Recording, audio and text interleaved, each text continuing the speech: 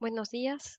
El día de hoy vamos a terminar de ver el capítulo 2 de Mateo y vamos a ver si podemos terminar con todo el 3 y hasta donde lleguemos del 4. Así es que vamos a iniciar en oración. Amado Padre, gracias por este tiempo, Señor, porque podemos estar contigo, aunque sea un momento en la semana, Padre mío. Te pido que pongas en nuestra mente y en nuestro corazón lo que tú quieres que nosotros comprendamos en este momento. Y te damos gracias porque tenemos esa oportunidad de poder leer tu palabra y saber qué cosa es lo que tienes preparado para nosotros esta semana, Señor. Te pedimos que nos ayudes en esta semana que viene, y todo esto te lo pedimos en el nombre de tu Hijo amado, nuestro Señor Jesús. Amén. Muy bien. Entonces, nos quedamos en Mateo 2:13, cuando comenzamos con la matanza de los niños, ¿no? Entonces, después que partieron ellos, he aquí un ángel del Señor apareció en sueños a José y dijo: Levántate y toma al niño y a su madre y huye a Egipto y permanece allá hasta que yo te diga, porque acontecerá que Herodes buscará al niño para matarlo, ¿sí? Y ya vimos anteriormente, ¿no? Que Herodes quería matar al niño porque él no era el rey legítimo de Israel, ¿no? De los judíos, porque él que había elegido a este rey, a Herodes, habían sido los romanos.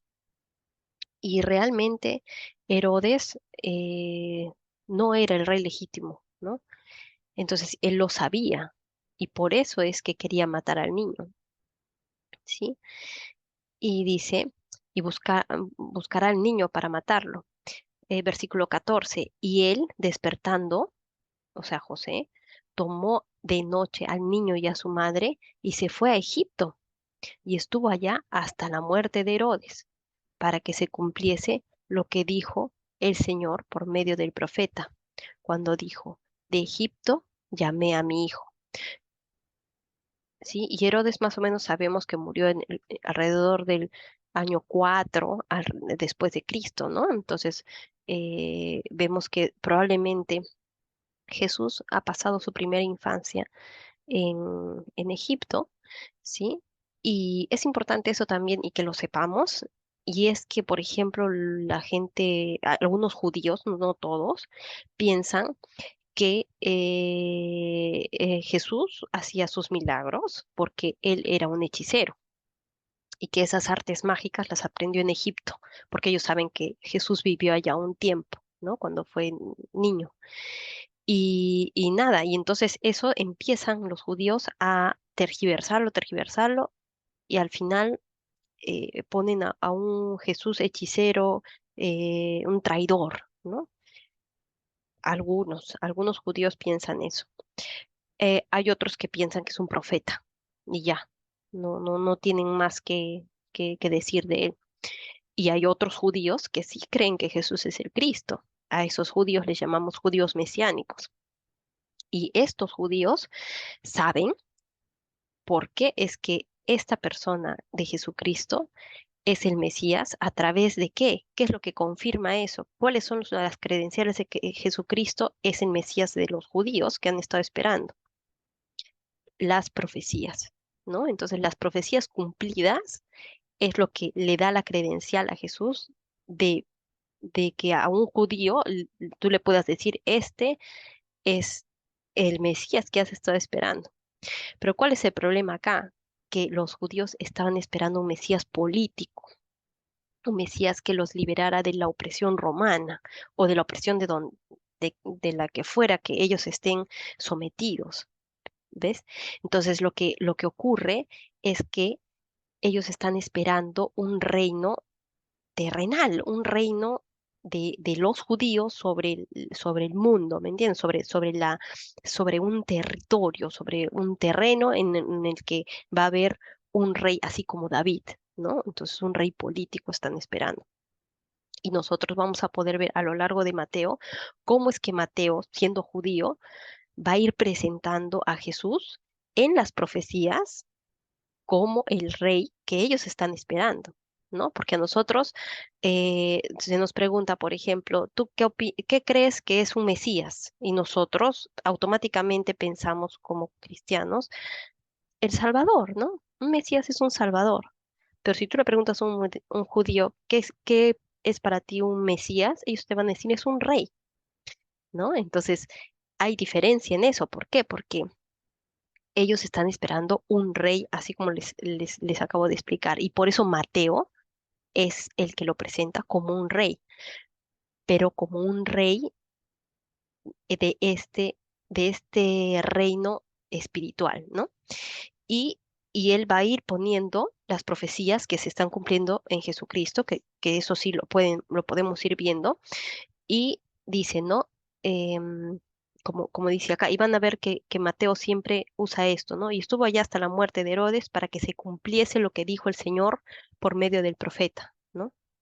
Van a ver que él va a tener varias veces que pone esto para que nosotros nos podemos dar cuenta, un judío lo sabe, ¿no? Pero nos podamos dar cuenta en qué parte es que están estas profecías, ¿no? De Egipto llamé a mi hijo, ¿sí?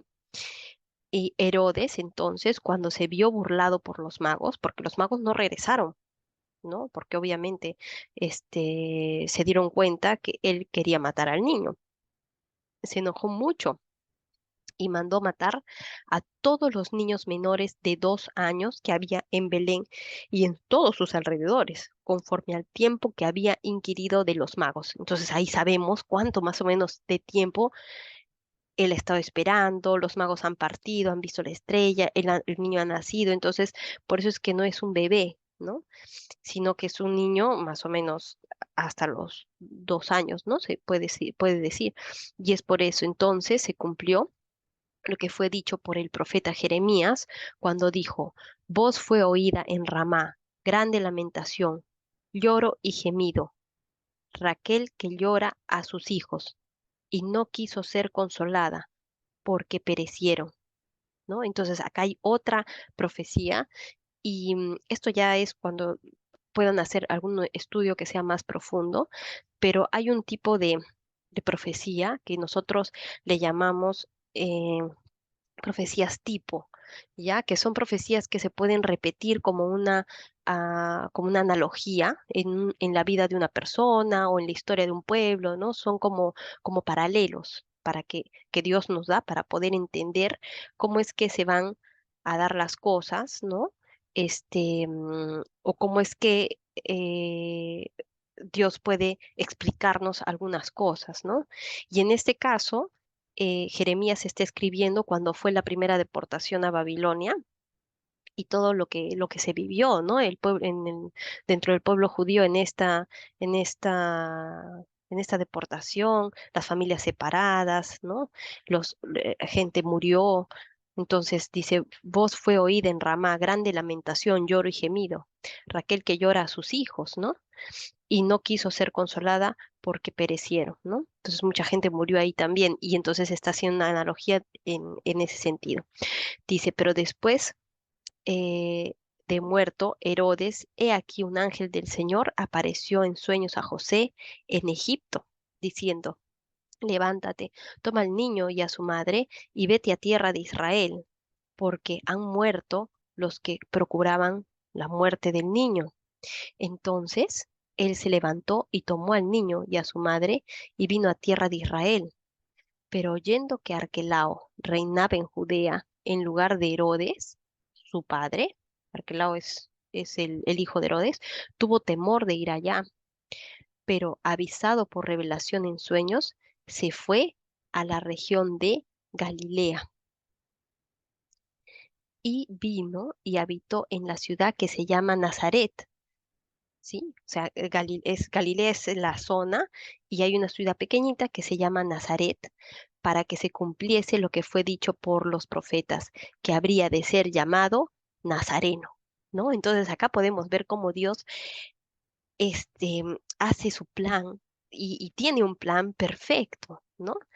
Y nosotros tenemos que respetar ese plan Él nos va a usar para poder hacer sus planes si es que nosotros nos dejamos, así como nos da en este caso su ejemplo José, ¿no? De José se dicen muy pocas cosas de la Biblia, pero es un hombre tan justo y tan obediente, ¿no?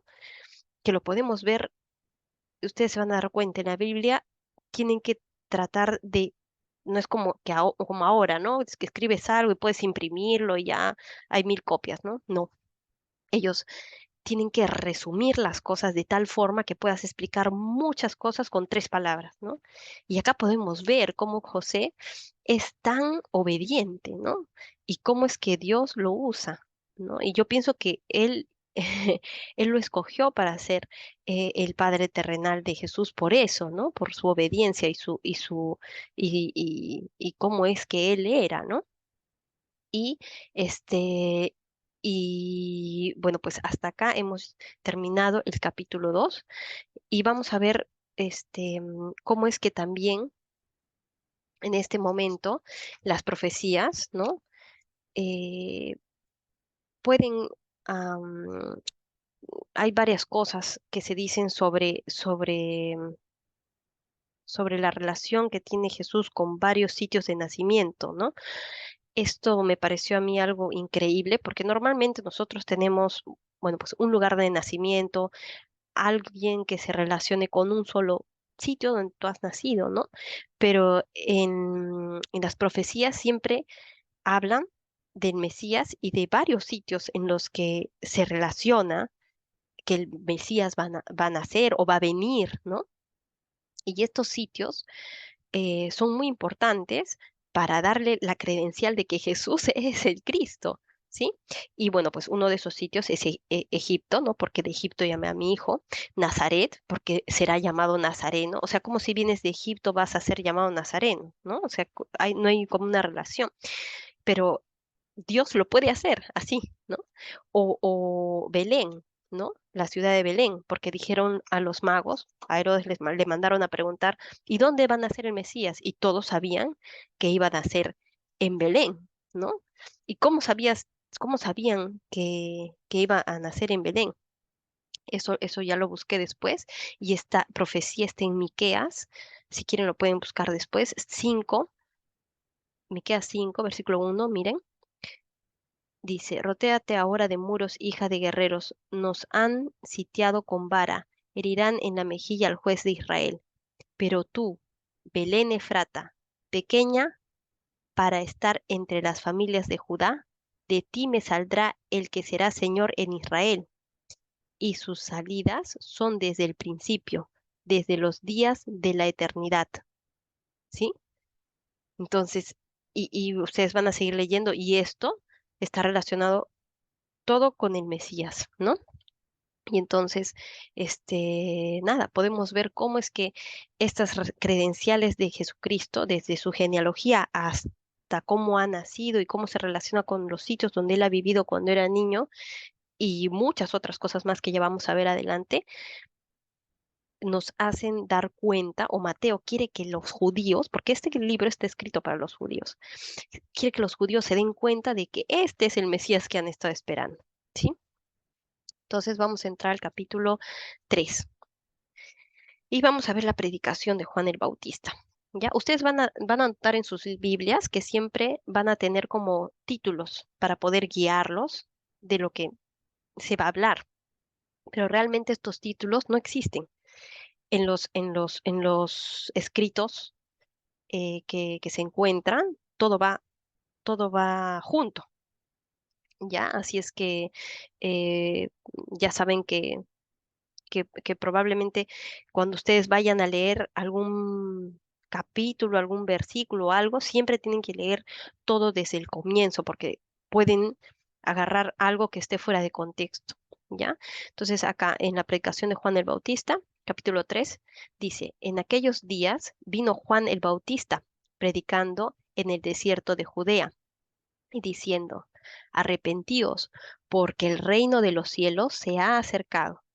Pues este es aquel de quien habló el profeta Isaías cuando dijo, otra vez, ¿no? Vuelve a decir Mateo, voz del que clama en el desierto, preparad el camino del Señor, enderezad sus sendas.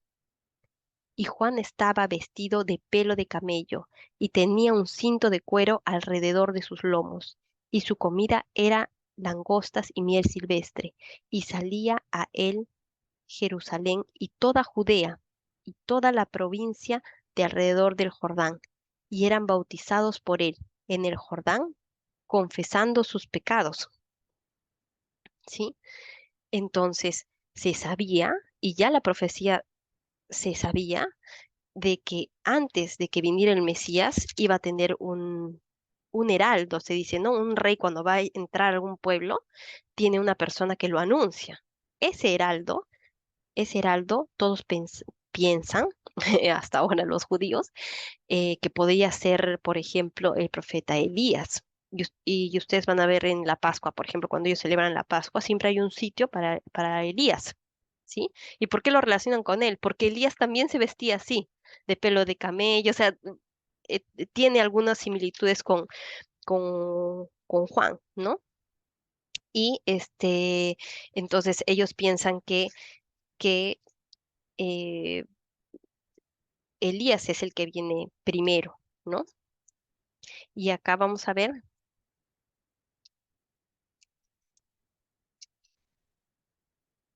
cómo es que y por qué ellos creían esto, ¿no? Pueden ir a Malaquías, ese es el último libro y con lo que termina el Nuevo Testamento, el Antiguo Testamento termina con Malaquías, ¿ya? Y ustedes van a poder buscarlo, Malaquías 4, versículo 5, ¿no? Y con esto termina, dice, He aquí, yo os envío al profeta Elías antes que venga el día de Jehová, grande y terrible. Él hará volver el corazón de los padres hacia los hijos, y el corazón de los hijos hacia los padres, no sea que yo venga y hiera la tierra con maldición. ¿Sí? Entonces, ellos sabían que Elías vendría, ¿no?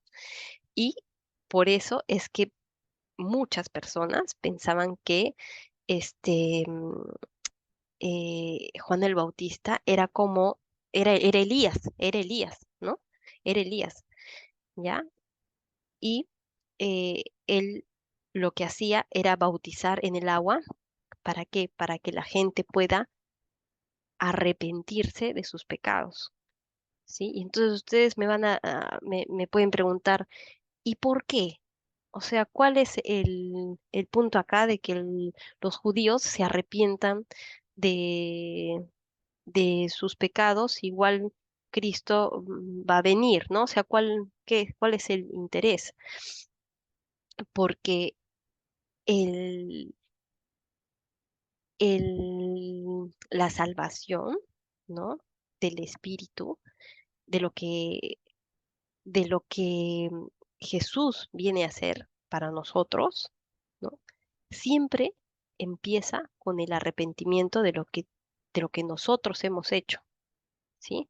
¿Por qué? Porque si tú no te arrepientes de tus pecados, de toda la maldad y de todas las cosas que puedes haber hecho, si tú no te arrepientes, nunca vas a poder, nunca vas a poder eh, darte cuenta que eso que estás haciendo ha sido malo, ¿sí?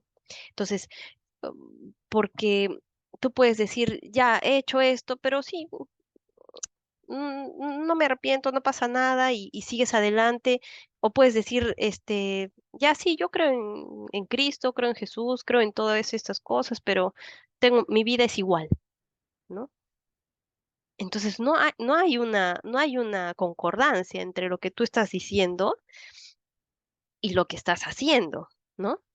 Entonces, Juan el Bautista viene para preparar esos corazones para que puedan entender que el Mesías que el Mesías que venía no era un Mesías político, sino que era un Mesías espiritual, que ellos tenían que arrepentirse de esos pecados que estaban haciendo, porque el Mesías que venía iba a morir para poder limpiarles los pecados que ellos tenían y cuando ellos murieran podrían volver a estar con Dios nuevamente, ¿sí? Y no solamente cuando murieran, sino cuando ya este, ellos pudieran creer en su mente primero, ¿no? O sea, pensarlo, pensarlo, analizarlo en su mente, creerlo en su corazón, ¿no? Así dice la palabra, y después decirlo, ¿no? Entonces, primero tienes que discernirlo, si no disiernes lo que estás haciendo, o sea, lo que estás leyendo, las cosas que tú estás haciendo, si tú no disiernes eso, no vas a poder saber si lo que estás haciendo está bien, o sea, realmente bien, o si está mal, ¿no? Y en ese momento, en este momento de la historia de la humanidad, ahorita, ¿quién es el que dice que está bien y que está mal? ¿Acaso es la Biblia? ¿Acaso es Dios? No, no. En este momento, el que dice qué cosa está bien y qué cosa está mal es el hombre, ¿no? El hombre, la humanidad. Hemos llegado al punto en que las personas pueden llamarle a una persona que quiera decirse que es un perro, ¿no? A que una persona pueda casarse con un objeto, a que tienes derecho a matar a un niño en el vientre de su madre, ¿entienden? Entonces, ¿quién va a decir qué cosa está bien y qué cosa está mal? Siempre será Dios. Y esta, su palabra, es la verdad.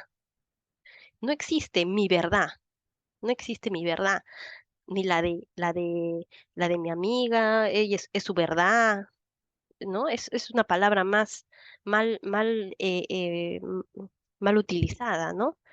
Porque la verdad es la verdad, ¿no? Y está por encima de todas las cosas que nosotros podamos eh, creer, pensar, elucubrar para poder satisfacer nuestros deseos carnales, ¿no? La verdad es la verdad. Entonces necesitamos nosotros eh, poder discernir esas cosas, ¿no? Y acá Juan el Bautista está haciendo esto, está haciendo eso, está tratando de confrontar a esta gente con su pecado, ¿no? Para que ellos se arrepientan y estén listos para poder recibir al Mesías, ¿no? Dice, al ver que él, al ver él que muchos de los fariseos y de los saduceos venían a su bautismo, les decía, generación de víboras, ¿quién os enseñó a huir de la ira venidera? Haced pues frutos dignos de arrepentimiento, y no penséis decir dentro de vosotros mismos, a Abraham tenemos por padre, porque yo os digo que Dios puede levantar hijos a Abraham aún de estas piedras. ¿Sí? Entonces, ¿y por qué les dice eso a los fariseos y a los seduceos? ¿Quiénes son estas personas? Yo después les voy a pasar un cuadrito, ¿ya? Nosotros, dentro de los judíos, hay diferentes,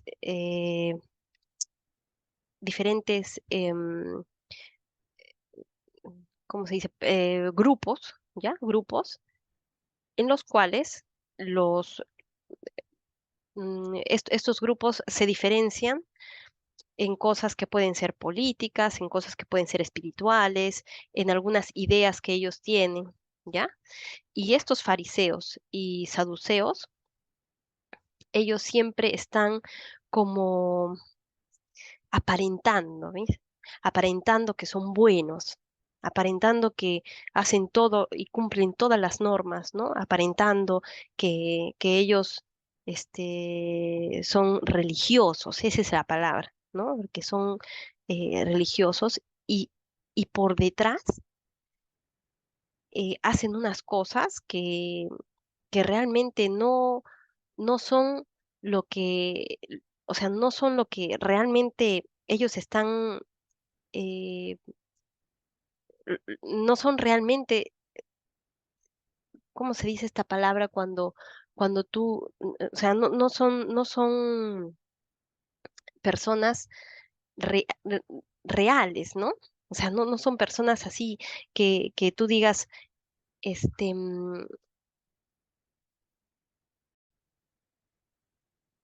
sí, entonces no eran auténticos, ¿no? Auténticos, en el sentido de que todo lo llevaban a hacer pequeños rituales, ¿no? Y ya era tanto esto que dejaban de lado realmente lo que las escrituras y lo que quería decir Dios, ¿no? Y ya se empezaban a fijar en cosas tan minúsculas que ellos mismos inventaban, ¿no? Ya lo vamos a ver más adelante cuando hablen con Jesús, ellos, pero, pero Juan el Bautista los reprende también, ¿no? O sea, arrepiéntete de lo que estás haciendo, ¿no? Y les dice, porque yo os digo que Dios puede levantar hijos a Abraham aún de estas piedras. O sea, les está diciendo, no confíes en que tú como judío eres hijo de Abraham y que por eso ya ganaste el cielo, ¿no? Sino que Dios podría levantar aún de estas piedras a hijos de Abraham, ¿no? Esa no es la idea, ¿no? Y ya también el hacha está puesta a la raíz de los árboles, por tanto, todo árbol que no da buen fruto es cortado y echado en el fuego, ¿no? Así también dijo Jesús, por los frutos los conoceréis, ¿no? Yo a la verdad os bautizo en agua para arrepentimiento, pero el que viene tras mí, cuyo calzado yo no soy digno de llevar, es más poderoso que yo. Él os bautizará en Espíritu Santo y fuego. Su aventador está en su mano y limpiará su era y recogerá su trigo en el granero y quemará la paja en fuego que nunca se apagará. Versículo 13. Entonces Jesús vino de Galilea a Juan al Jordán, ¿no? Porque Jesús estaba en Galilea. Ya dijimos que Jesús vivía ahí para ser bautizado por él, ¿sí? Y realmente Jesús no necesitaba ser bautizado porque él era puro, ¿no? No necesitaba de qué arrepentirse, pero fue una forma de, de cumplir con todas las cosas que dice la Biblia y todas las cosas que se le mandaban hacer, ¿sí? Porque Jesús nunca tuvo pecado, nunca él pecó. ¿Por qué? Porque si Jesús hubiera pecado, no hubiera podido ser ese, esa representación del Cordero sin mancha, ¿no? Ustedes van a escuchar en las iglesias, dicen Cordero del Dios que quita el pecado del mundo, ¿no? Ese Cordero sin mancha, esa representación de este Cordero que los judíos matan en las Pascuas para que puedan ser limpiados de su pecado, ese Cordero está representado en Jesucristo y tiene que ser sin mancha, tiene que ser un Cordero especial, no es un Cordero cualquiera, ¿no?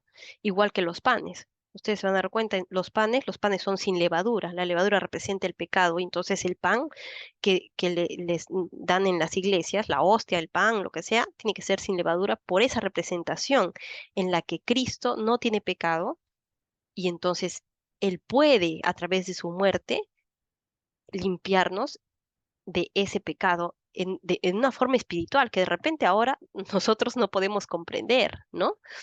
Porque somos humanos, pero espiritualmente Él a través de su muerte ha pagado por nosotros, por nuestros pecados, ¿no? Entonces Él no necesitaba ser bautizado, pero miren lo que pasa. Mas Juan se le oponía diciendo, yo necesito ser bautizado por ti, ¿y tú vienes a mí? Pero Jesús le respondió, deja ahora, porque así conviene que cumplamos toda justicia, ¿no? Él tiene que cumplir todo. Entonces le dejó. Y Jesús, después que fue bautizado, subió luego del agua, y he aquí, los cielos le fueron abiertos, y vio al Espíritu de Dios que descendía como paloma, no que era una paloma, como paloma, y venía sobre él.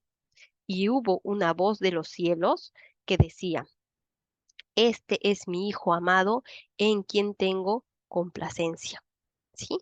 Y entonces podemos ver acá que Jesús también se somete a esto como una representación de lo que iba a ocurrir, porque el bautismo este que ellos están haciendo es un bautismo por sumersión, se llama, en el cual las personas ingresan al agua, ¿no? Y vuelven a salir del agua, ¿sí?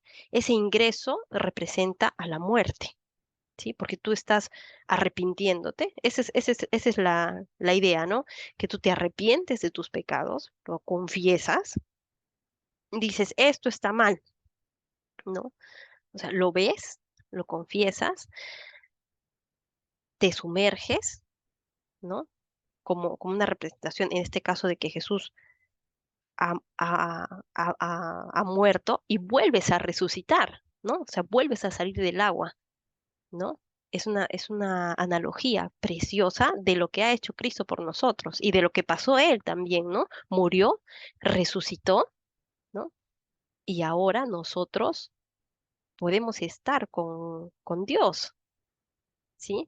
Y no es el bautismo lo que te da eso, no es el bautismo, o sea, no es que tú vas a ir al río y te bautizas y ya estás bautizado, ya no tienes pecados.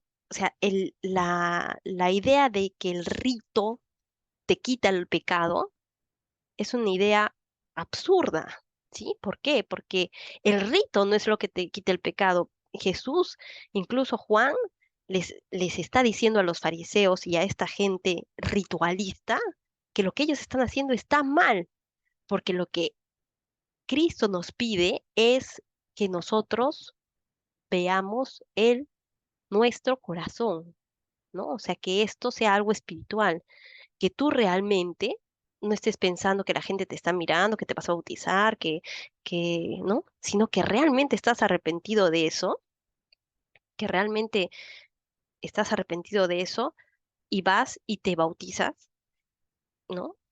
Sumergiéndote y teniendo una nueva vida después de que sales del agua, ¿no? Porque Cristo te ha cambiado por dentro, ¿no? Por eso dice, después, por eso dice Juan, porque yo a la verdad los bautizo con agua. O sea, esto no significa nada, más el que viene tras mí, o sea, Jesús, los va a bautizar, ¿no? Con, con Espíritu Santo, ¿no? Con el Espíritu de Dios y fuego, dice, ¿no? Entonces, con el Espíritu Santo es que Cristo nos va a bautizar. Y ya vamos a verlo después, en los siguientes capítulos, cómo es que Él realmente va a poder entrar en nuestra vida y en nuestro corazón si se lo pedimos, con arrepentimiento, ¿no? Y la credencial, vamos a usar esa palabra que hemos estado usando hoy día, de que tú realmente has recibido a Cristo en tu corazón, va a ser tu vida, las, las acciones que tú tienes en tu vida, lo que hablas, lo que dices, lo que miras, ¿no? Y nada, yo los invito a que de repente puedan pensarlo cuando estén solos en algún momento. Si no están seguros, no lo hagan, ¿no? Si no están seguros, sigan leyendo, vamos a ir leyendo y cuando realmente sientan que pueden hacerlo, háganlo, ¿sí? Vamos a llegar hasta acá, hasta, hemos avanzado hasta el capítulo 3. Sí, vamos a todo el 3. Nos faltaría solamente el 4 la próxima vez y ya comenzaríamos con el 5 la siguiente. Muy bien. Entonces vamos a cerrar en oración. Padre amado, bendito Señor, gracias por este tiempo, Padre mío. Gracias porque tú nos hablas a través de tu palabra, Señor, porque podemos tener un tiempo contigo.